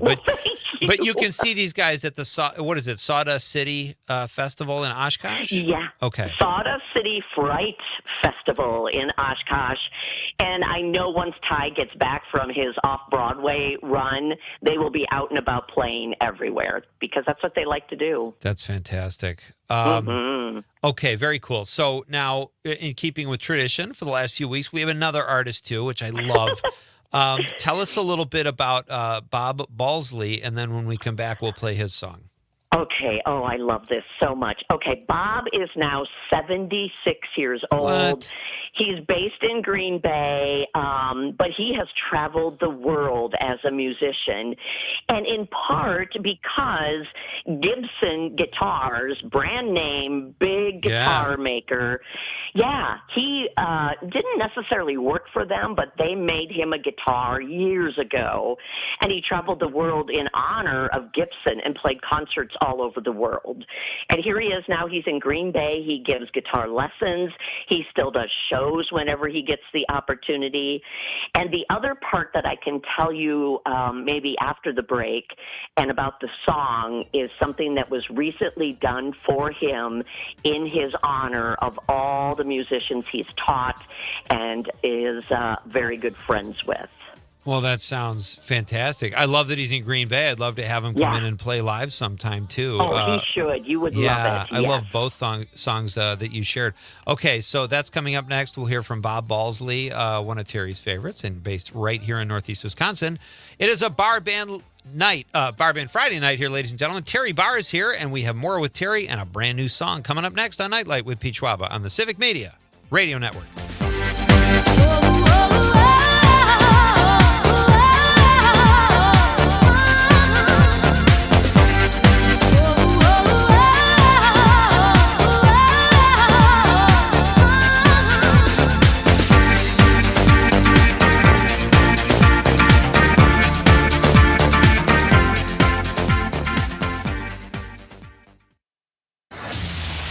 The Talk of Green Bay, WGBW. Keeping you informed, entertained, and connected to your local community. Here's Terry Barr with the Civic Media Radio Network. A little TLC is about to go a long way for a boardwalk bridging Kaukauna to the Fox River. The Nelson Family Fund giving the city a $240,000 grant. It will be used to replace more than 2,700 feet of the 1,000 Islands Environmental Center boardwalk. And there's a lot of work planned. The replacement of the boardwalk itself, it's aging, we have sagging spots. But what that will do is it's going to shore it up. It's going to raise the entire boardwalk up off the ground level. That's the center naturalist, Brad Garrity. They call the area a beautiful destination, and with these upgrades, it will also be safer and more accessible to all by early next year. Until next time, I'm Terry Barr. From the Lake Shore to Lake Winnebago. Door to Fond du Lac counties. Northeast Wisconsin is special for many different reasons. I'm Lisa Hale. And I'm Terry Barr. Family and fun. Safe communities and friends. We're featuring all of it as part of New Wisco Weekend, a news magazine show just for you, and highlighting what makes the Fox Valley and Green Bay area a great place to live. Join us. New Wisco Weekend, Saturday mornings at 8, Sundays at 11 on WGBW and WISS and the Civic Media app. Don't you wish your life came with a warning app? Stop. That dog does not want to be petted. A heads up before something bad happens. You should not send that text. Uh-oh. Life doesn't always give you time to change the outcome, but prediabetes does. With early diagnosis and a few healthy changes, you can reverse prediabetes and prevent or delay type 2 diabetes. To learn your risk, take the 1 minute.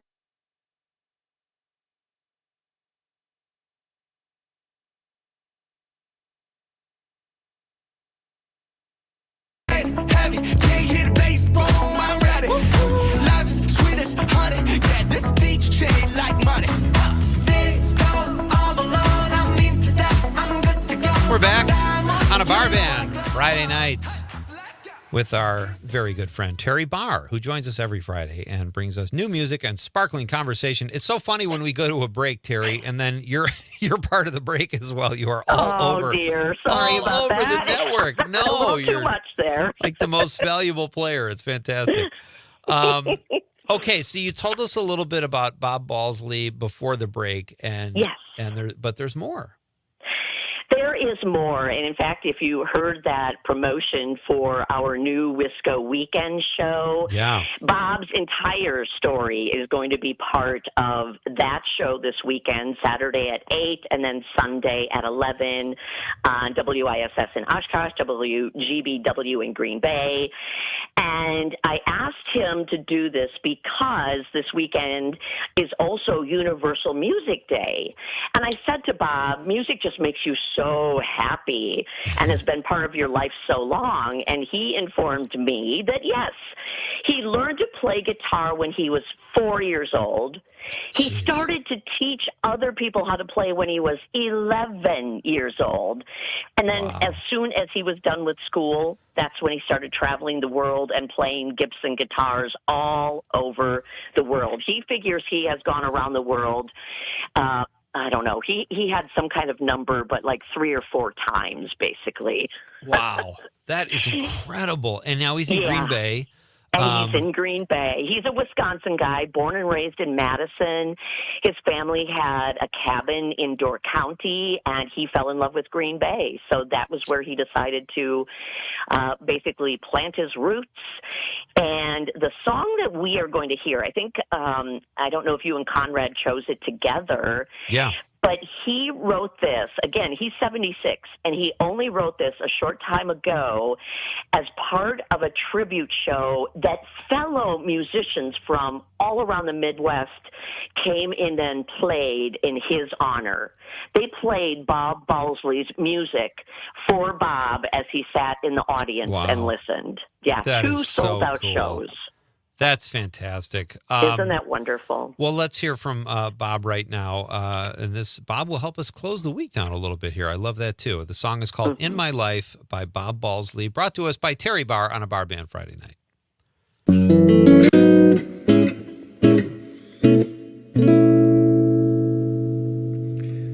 In my life,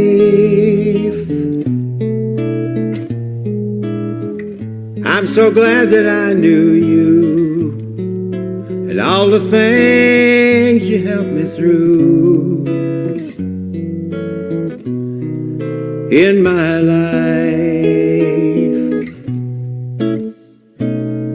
in my life,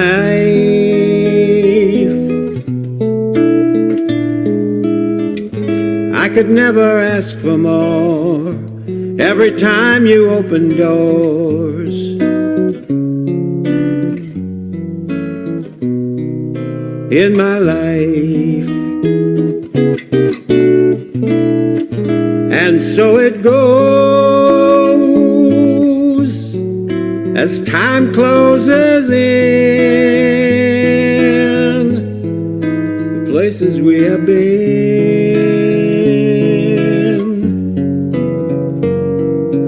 do it all again in my life. I never could have found the way, said the things I had to say, gotten through another day. I'm so happy that you'll stay in my life. And so it goes as time closes in, the places we have been. I do it all again in my life. I could have never found the way, said the things I had to say, gotten through another day. I'm so happy that you'll stay in my life.